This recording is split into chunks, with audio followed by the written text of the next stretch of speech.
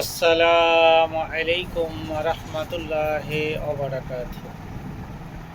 আলহামদুলিল্লাহ নাহমাদুহু ওয়া নাস্তাঈনুহু ওয়া নাস্তাগফিরুহু ওয়া নু'মিনু বিহি ওয়া নাতাওয়াক্কালু আলাইহি ওয়া নাউযু বিল্লাহি মিন শুরুরি আনফুসিনা ওয়া মিন সাইয়্যাতি আমালিনা ওয়া মান ইয়াহদিহিল্লাহু ফালা হাদিয়া লাহু ونشهد أن لا إله إلا الله ونشهد أن محمدا عبده ورسوله أما بعد।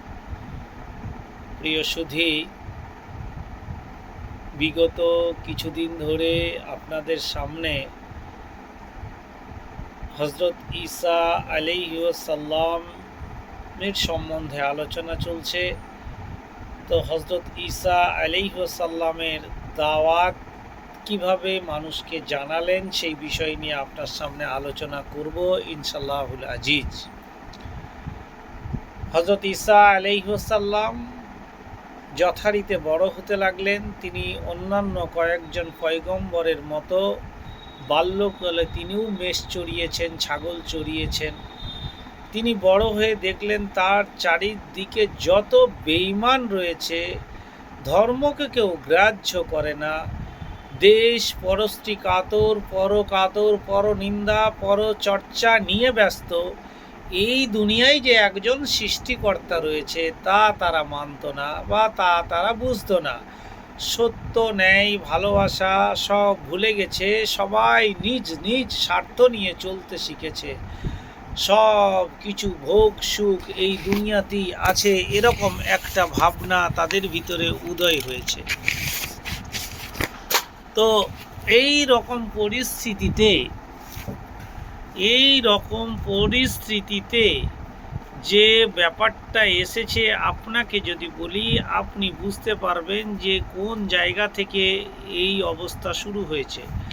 তো হযরত ঈসা আলাইহিসসালাম যে ব্যাপারগুলো দেখেছে বা দেখার ব্যাপার নিয়ে জায়গা তৈরি করেছে, সেই বিষয়টাকে নিয়ে আবার আপনার সামনে যদি আমি বলি, তাহলে হযরত ঈসা আলাইহিসসালাম মানুষকে সত্য পথে আনাবার জন্য চেষ্টা করলেন এবং তিনি তার যা কিছু আছে সব কিছু মানুষের সামনে উজাড় করে দিয়ে আল্লাহ যে এক সেটা বোঝানোর চেষ্টা করলেন।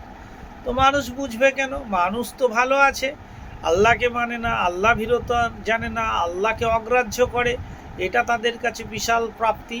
তো হযরত ঈসা আলাইহিসসালামের কয়েকটা মুজিজা আপনাদের সামনে উল্লেখ করব, অবশ্যই ভালো লাগবে।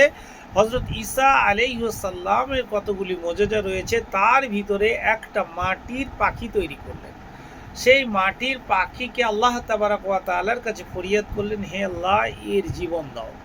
আল্লাহ তাবারক ওয়া তাআলা তার জীবন দিলেন এবং সে উড়ে চলে গেল, আকাশে উড়ে চলে গেল।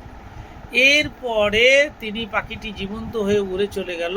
একটা কুষ্ঠরোগী যেমন গা হাত সব কেমন একটা আকৃতিতে নিয়ে নেয়, এইরকম অবস্থায় একটা রুগী তিনার সামনে নিয়ে এলেন, হাত বুলিয়ে দিলেন বা আল্লাহর কাছে ফরিয়াদ করলেন, তিনার সঙ্গে সঙ্গে কুষ্ঠরোগ ভালো হয়ে গেল। এরপরে যেটা এসেছে, যেটা আপনার সামনে আমি বলি, এরপরে একটা অন্ধ লোক, জন্মান্তর থেকে দু চোখে অন্ধ, সেই লোকটার জন্য আল্লাহর কাছে ফরিয়াদ করলেন। আল্লাহ তাবারক ওয়া তাআলা তার দৃষ্টি ফিরিয়ে দিলেন।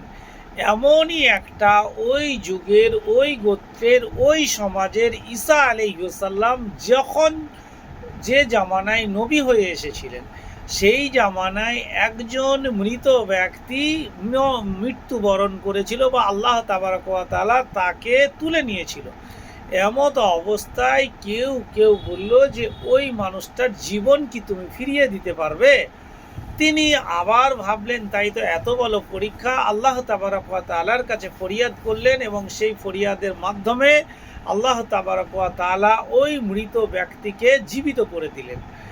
এতগুলো মুজিজা আল্লাহ তাবারক ওয়া তাআলা তাকে পৃথিবীর বুকে দিয়েছিলেন। কাকে? হযরত ঈসা আলাইহিসসালামকে। এবং এইগুলো দেখার পর অল্প সংখ্যক লোক ঈমান আনলো, সেটা নিয়ে বিস্তারিত আগামীকাল আপনাদের সামনে যথারীতি আল্লাহ যদি বাঁচিয়ে রাখে আপনাদেরকে উপহার হিসাবে দেব। আসসালামু আলাইকুম ওয়া রাহমাতুল্লাহি ওয়া বারাকাতুহু।